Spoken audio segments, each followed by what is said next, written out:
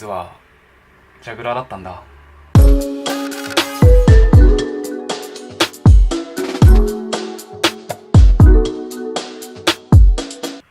そうじゃなくてポリアモリーなんだっていう話をします。日本人で全然ポリアモリーの人がいないし、知ってる人もいないしで、説明するしかないなと思って説明するわけだけど、別に俺がポリアモリーの権威でもないし、これがポリアモリーだって言って話したいわけでもなくて、自分でいろいろ考えて最適なところにたどり着いた結果、それが多分ポリアモリーなんじゃないかなっていうことになったので、それを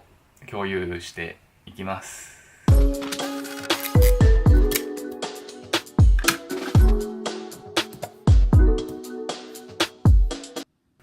ポリアモリーで一番聞かれるところが、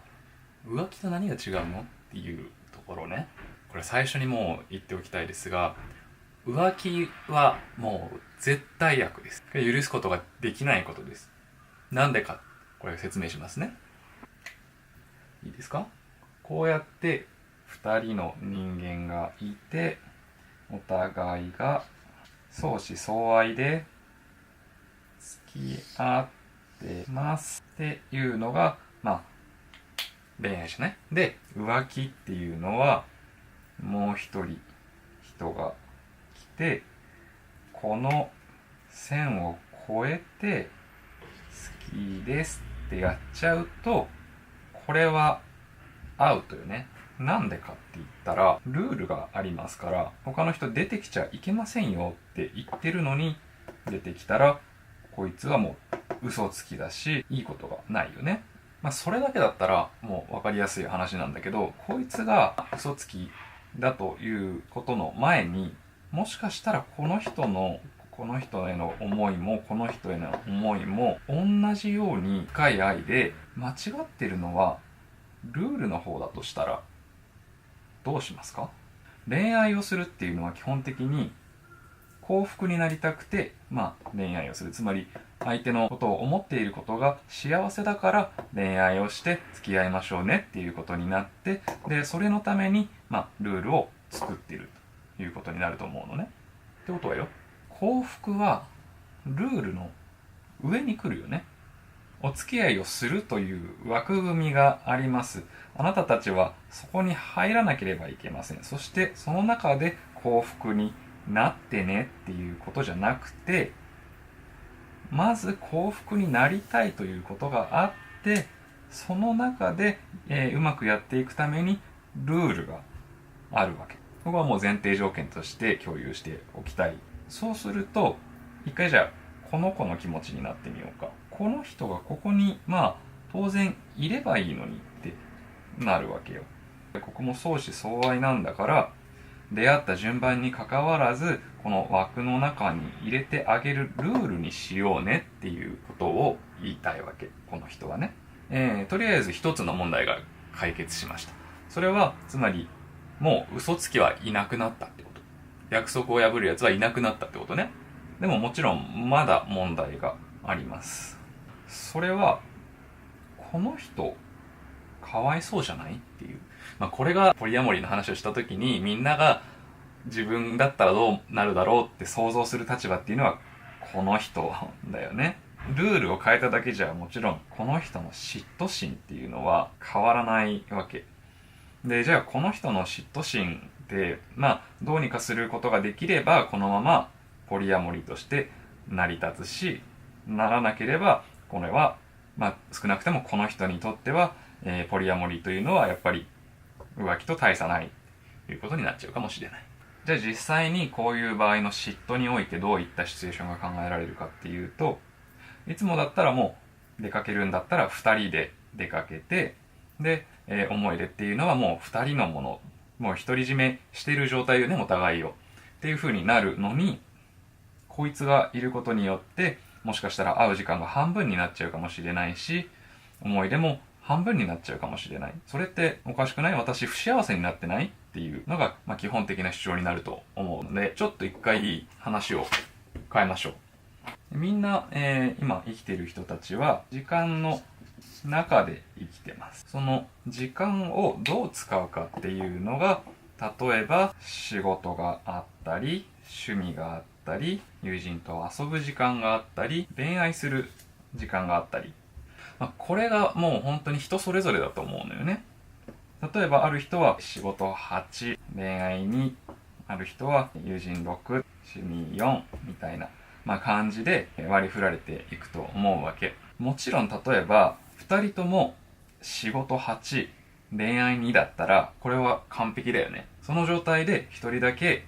彼氏が2人いますっていうことになると、この人の合計の恋愛の時間は2、私は割きたいのに相手は1しか割いてくれない。そういうことになると結局その2人はうまくいかないよね。でもそれって例えば仕事6、趣味2、恋愛2の人と仕事6、恋愛4の人も1対1の恋愛をしている場合でもこれって成り立たないと思うわけ。もっと私のことを趣味なんかに使ってないで見てよっていうことになっちゃうでしょ。でも例えばこれ今からするのは単純に時間の話で愛情の深さの話ではないんだけど、例えばこいつが恋愛に使う時間が4、こいつが2、こいつが2だったら、これ今パーフェクトマッチだよね。つまり例えばこいつがいなかったらこの人は圧倒的に恋愛に対する不満に陥る。つまりここでルールの名のもとに、もう私は2しか恋愛に時間使いたくないけれども、あなたは4だけれどもルールだから他の人と会わないでねって言ったら、この人は恋愛2の分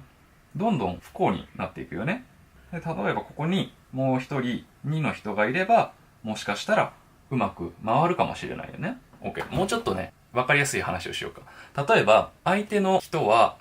週に5回デートをしている。俺とは週に2回しかデートをしてない。これってもう数字の面では明らかに不平等だし、もしかしたら俺は向こうの週5でデートしてる人に対してなんでそんなにデートしてるのって思うかもしれないけど、じゃあ思ったとして、じゃあこれ解決しようか、できるだけ平等に時間を配分しようかっていうことになった時に、じゃあ俺も週5でデートできるかって言ったら、そんなに恋愛に対して俺は時間割かなくていいかなって思うわけ。これは完全にだから俺の話ね。みんなはもしかしたら好きな人ができたらその人に全ての時間を使いたい思うのかもしれないけど、少なくとも俺にとってはそういうことはないので、だから相手に他の人がいてもいいかなって思うわけ。かなりテクニカルで細かい話になっちゃって本質からちょっと遠ざかっちゃったね。一回おさらいしとくと、一番大事なのはもう何を置いても相手も自分も幸せになるということね。そのためにはもしかしたらだからポリアモリーってこんなに出ても俺も一生一人しか愛さないかもしれないし、その人も俺のことしか愛さないかもしれない。でも可能性として残しておかないと何か起きた時に対処できないよっていうこと。これってもう全然ポリアモリーの話だけじゃなくて、例えばパートナーが留学に行きたい、あるいは仕事が忙しくて全然会えそうにないっていう。でもちろんどっちもそれってやりたくてやるわけじゃない。だからこっちとしては当然応援してあげなきゃいけない立場になるわけだけど、もしその時に自分が、もちろん今ポリアモリーの話だったから恋愛の話だったけど、恋愛だけじゃなくて仕事でもいいし趣味でもいいよ。どれかで自分を幸せにしておかないと、そういう時に相手を笑って送り出すことはできなくなるよって思ってる。なので本質的なのは何人パートナーがいるかとか世間体がどうだとかそういうことではもうなくて、もう結局何のためにポリアモリーになりたいかっていうと、幸せに自分自身になって、そういう意味で自立していく。自立して自分一人でも幸せだって思えるようになって初めて周りの人にも幸せになってもらえると思うので、ポリアモリーをやってるわけですね。なんかすごい大層な話になっちゃったな。日本語で幸せって言うとすごい重くない？じゃあ俺は美味しいパフェを友達と食べてくるから、みんな各自幸せになってくれ。